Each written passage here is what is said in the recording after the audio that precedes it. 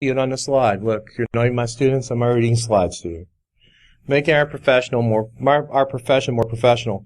I gave this talk about 2 years ago at B-Sides Asheville, and it kind of had some strong reactions. And my idea here is to make you think. If I don't convince you, that's fine. And I can be wrong. I mean, look at my first wife.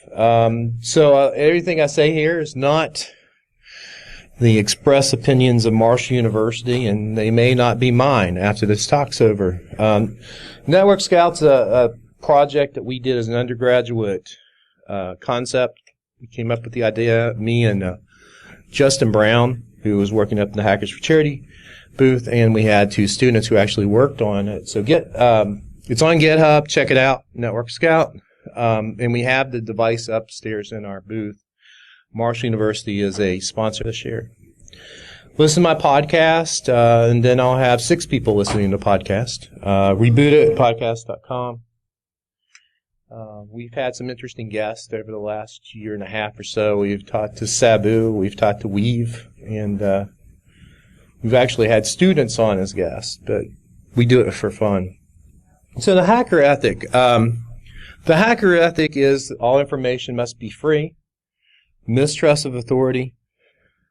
Hackers should be judged by their hacking, not bogus criteria such as degrees. You can create art and beauty on a computer, which is true, and computers can definitely change life for the better. The one that we probably need to look at here specifically is that bogus degrees. Most people became a hacker because they followed another hacker around in the 1990s. That's how I learned. I have degrees in political science and journalism. Now I teach in digital forensics and information assurance. So the first question I'm going to ask, what's a profession? So a profession is defined as something that involves prolonged training and formal qualification. And there's a lot of questions about, is what we do a profession, or is it a job or a skill? Are we different than welders and plumbers? I think that we would like to think that we're more like doctors and lawyers. So we're going to talk about some of those ways and frameworks to make us more like doctors and lawyers. And there's nothing wrong with plumbers and welders, but we think probably have a broader view on life than they do. And they have one job, they do it very well, but being a hacker is much more involved. So education versus training.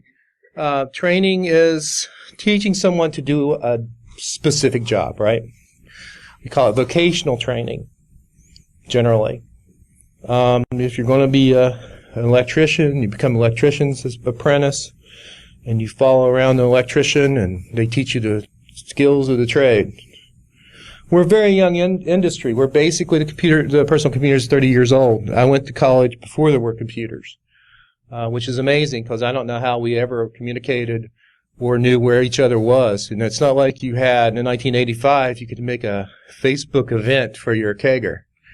You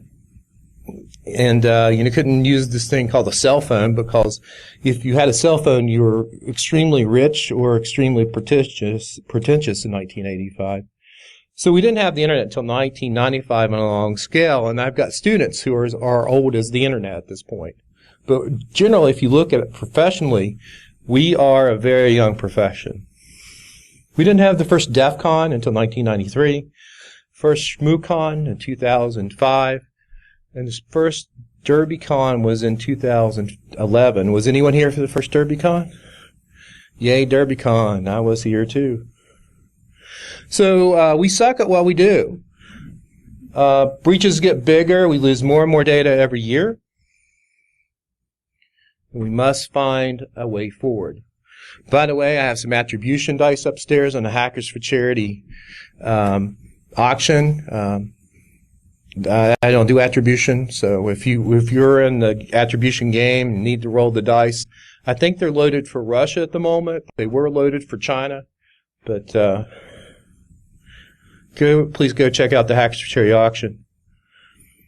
So education is a formal process. So how many people have college degrees? Okay, that's cool. actually I forgot you graduated and you came back for the information assurance certificate. Cool. So, generally we think that education's worth it in our society.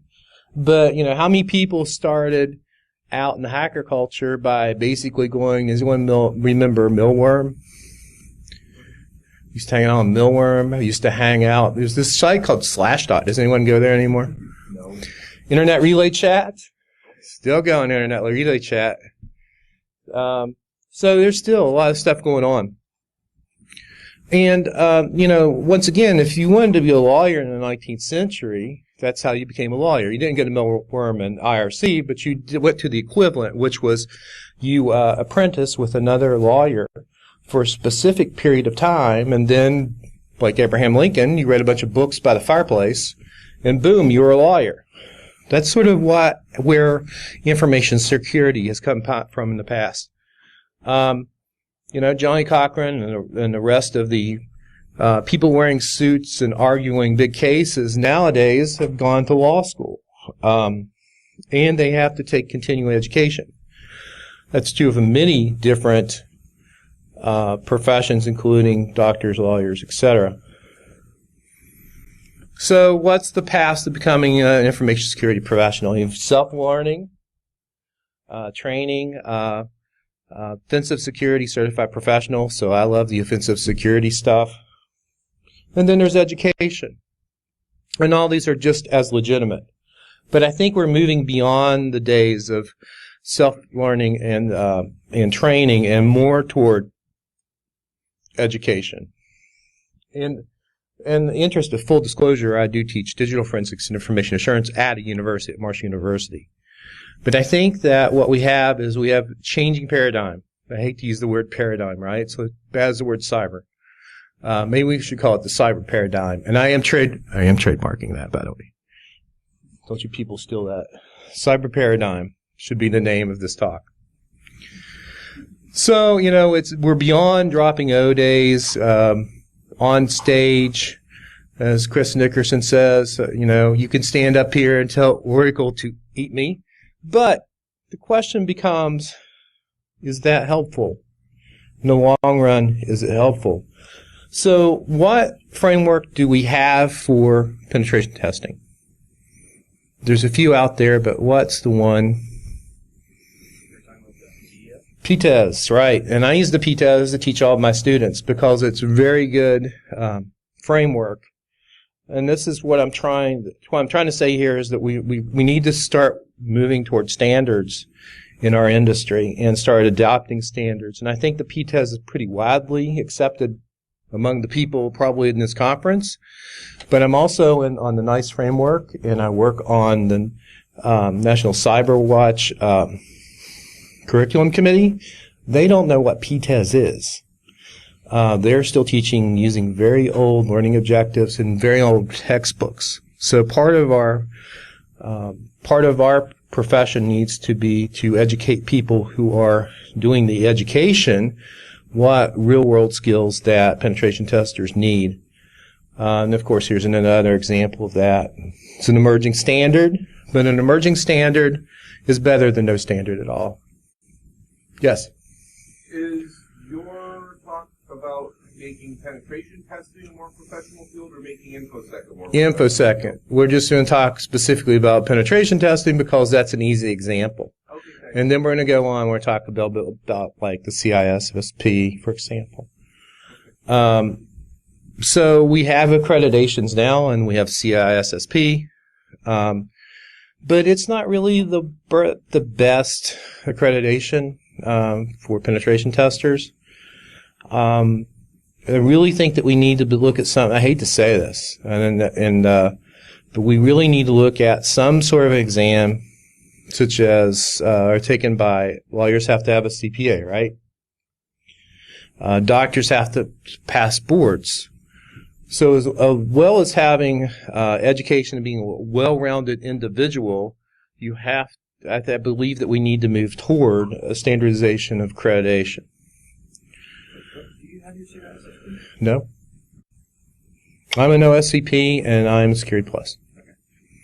So that means that I can stand up here and put it down. Just ask. Yeah, no, I don't have it. I know of it. I've studied for it. I've never taken it because I got a job as a college professor, and it really does no good at this point. So, Wim and Dave are good friends of mine, and I'm always poking at them. I think they're working to make it better at ISC Squares.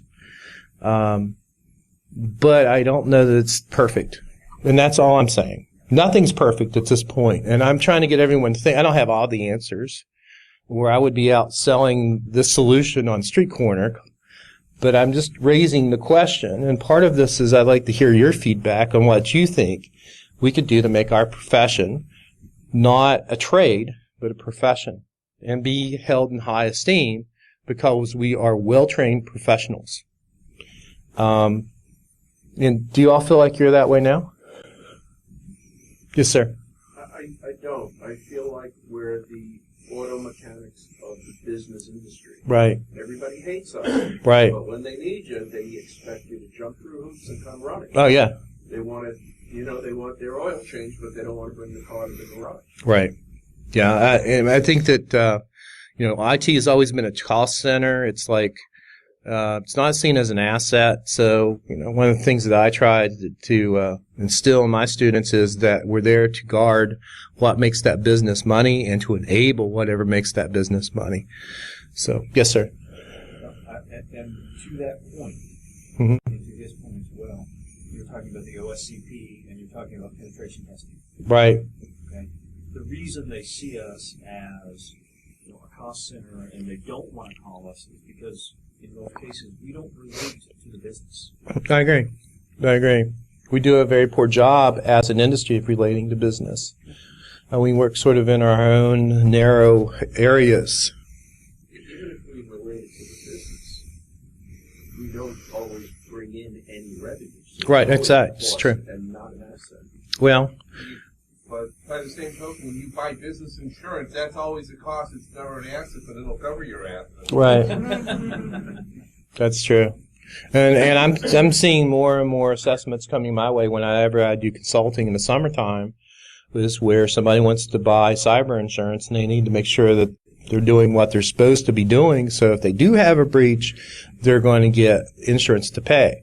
And as someone who spent 20 years working in law firms, I know very well the insurance companies don't want to pay any sort of claim. So now they sort of have this checklist you have to go through. And unfortunately, it's much closer to compliance than is actual penetration testing. So yes, you've checked the check boxes, but are you secure? That's a totally different question.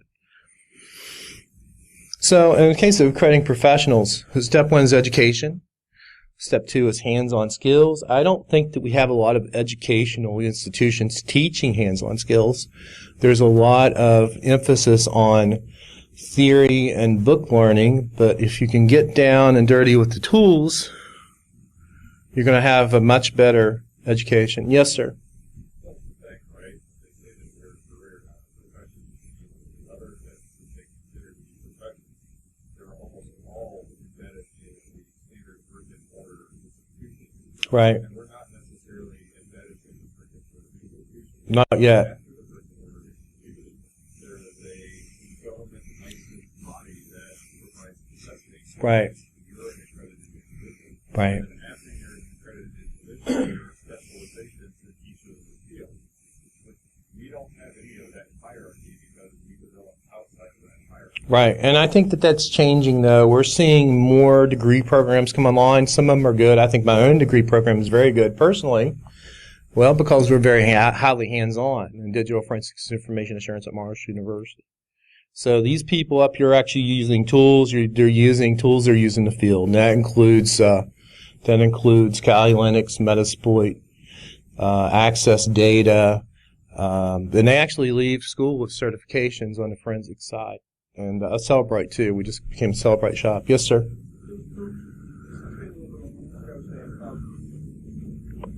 A lot of business think of us as an arm of IT. Yeah. So if IT's not going to the accreditation professional, then we can't. I understand what you're saying, and I think we both need to. But how are you going to get where you want to stay with that? I think that a lot of projections and accounts that are accurate. But Well, I mean, in the case of education, 4-year education, well-rounded, they'll make sure that they're educated in those sorts of things hands-on as well. Protocols, network administration is part of this big ball of wax, as well as Kali Linux and popping boxes using Metasploit. So the idea is to give them a very broad education. That's the reason I'm arguing for education over training. It's not just that, it's being able to speak in public, it's being able to speak to management as well as to write well. And I think you get that through a 4-year education process more than you do through training, per se. I've got a lot of questions. Yes, we'll start there in the back.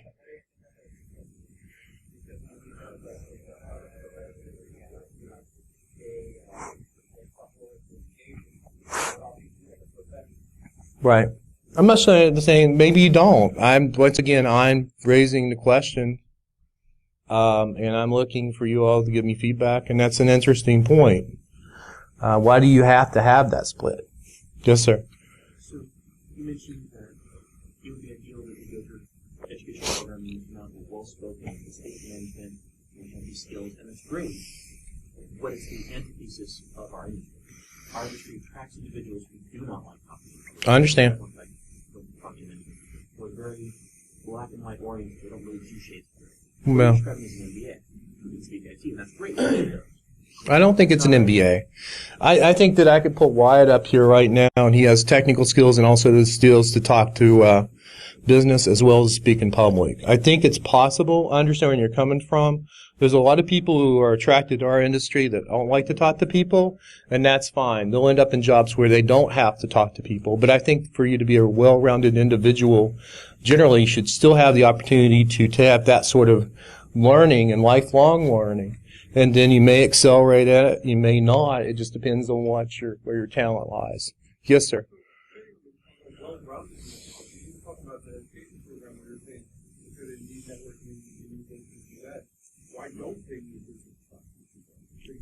Well, they do. I mean, that's part of it too. It's business classes. In our case, and I'm just looking at our own model, they take an MIS class where they're introduced to business concepts. They take a management class. Do you take a finance class as well? Not finance. But we take a management class because a lot of people will become managers basically at some point in time. So they have to understand all that as well. And, there's a lot of, as broad as it can be, I think the better it is, personally. I have 2 degrees in liberal arts, which is basically, and everyone here is probably from a STEM program, and Adrian and I is always on Twitter, Adrian's like, oh, everyone should go into STEM. Well, not everyone can go into STEM. And not everyone who is good at computers or good at math.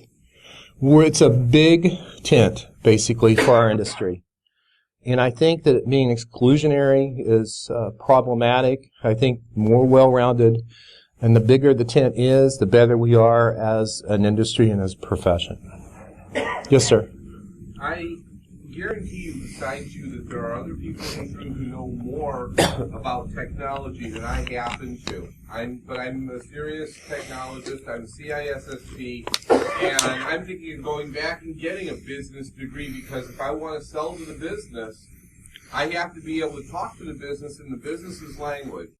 And so I think that there's places for people who eat bits and bytes. I think there's places for people who are team leads, those people who can. No, I agree. And then there's also places for people who even work in the insurance companies that will say, I'm going to evaluate the risks so we don't lose our ass when they actually. Right, you're exactly right. And I think there's places for all of us. And it's part of this is lifelong learning as well. We just can't get a degree and stop. We're lifelong learners. We're knowledge workers, which means that we need to continue to grow and evolve with the industry. Yes, sir.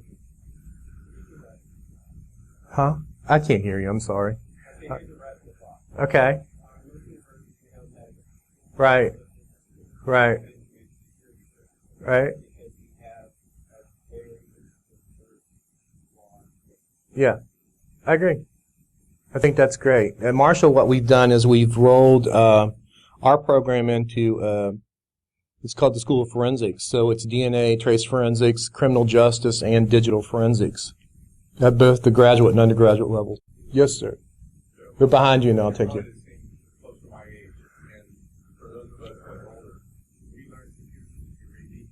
You Yeah.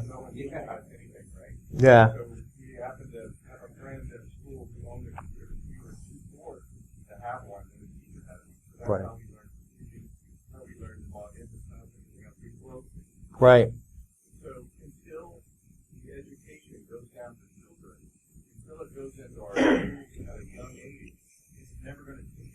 They're never going to have this profession until it's taught at the elementary school level. Yeah. I agree. Yes, sir. I'm sorry? I was thinking two things. One is, if you want to become a doctor, you want to become a lawyer, you're not going to 4 years of school. Now you're going to much more than 4 years of school. If we want that well-rounded thing about education pathways, I agree. to your point about schools not teaching you, that's good crap my schools teaching them not. I'm teaching you. Right. Yeah, that's true. And there are some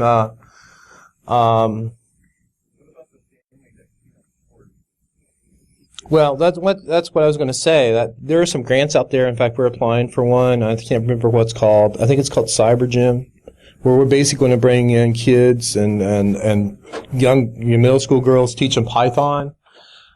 We'd like to give them something. So we're talking about giving them Raspberry Pis and actually letting them build a Raspberry Pi laptop and go all the way through that. So that's what we're working on. Even if we don't get the grant, we're going to do it because money would be good to have.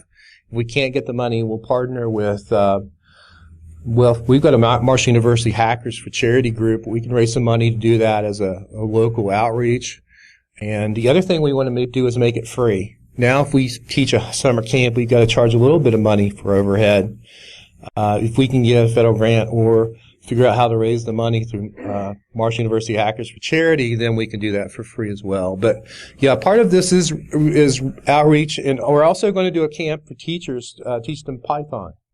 I taught Python to girls this summer, had a wonderful time, and I think that teachers would be another area they can incorporate something like Python into math classes, solving math problems using Python, for example. And they're not getting it anywhere else, so we're kind of out looking to do a lot of outreach with that coming up this coming summer. We're already planning on doing stuff next summer. Any other questions? I don't even know how much time I have. 1 minute. Damn, okay, I'll talk real fast. So we do have a culture, cultural divide, suits versus hoodies. We really need to try to reach out to each other. I'm really sick of the word cyber and putting the word cyber for everything. I understand that NIST is looking at changing the digital forensics to cyber forensics, and I just threw up in my mouth a little bit. We in InfoSec tend to create a lot of drama among ourselves, and then we fight like middle schoolers on Twitter, and I'd really like to see that stop. It does not make us look professional. We also tend to turn InfoSec into an ass showing contest. And, you know, foul language is part of this, but when you let it all hang out or you play these games of gotcha with people, it's part of the whole hacker ethic of authority sucks, authority is bad. That's fine inside our community, but we need to probably watch it. If you're not going to gain the trust of stakeholders by calling each other, you know, new fags, old fags, can't try force, all that sort of thing, and that's an exaggeration, of course, but communication is key, and what's part of conferences communicating, and I thank you all for coming today. How much time do I have now? Negative 1 minute. See, my lectures never go this fast. I'm like, So this is a new topic, but no, it's not. like LAPSA and Usenix and other professional organizations have been having dialogues about this for a long time. Right. I think most people seeking this out are trying to solve the problem. Are trying to use it to solve a problem, and the problem is perception. They often want to be thought of as professionals. Right. I don't think a governing body Mm-hmm. is necessary for that. It might not be. IT is not a cost center. And people who continue to have that mentality and stuck in jobs like that are working for crap companies and crap industries. I agree. And they don't have to. That's true. So the short story is I disagree. Okay. I see why you want that. Well, I mean, the question to me is that this is something I've observed. I don't know all the answers. You're absolutely right. There's been a lot of different organizations out there. I think really what I want you to take away from this is that if somebody goes to a university and gets a well-rounded education, not to discount them as being good hackers. And I think that that's something we have in the industry that's changing. We're seeing more and more degree programs coming online, and I think that I'm just having conversation. I don't know all the answers. With that question, being conscious that you have the next speaker that's going to be coming up, if you got other questions, Go outside. You'll probably be willing to hang out out there. Yeah. Thank you, guys. Buy you a drink or something like Well, that'd be great because I need some water. Thank you. Thank you.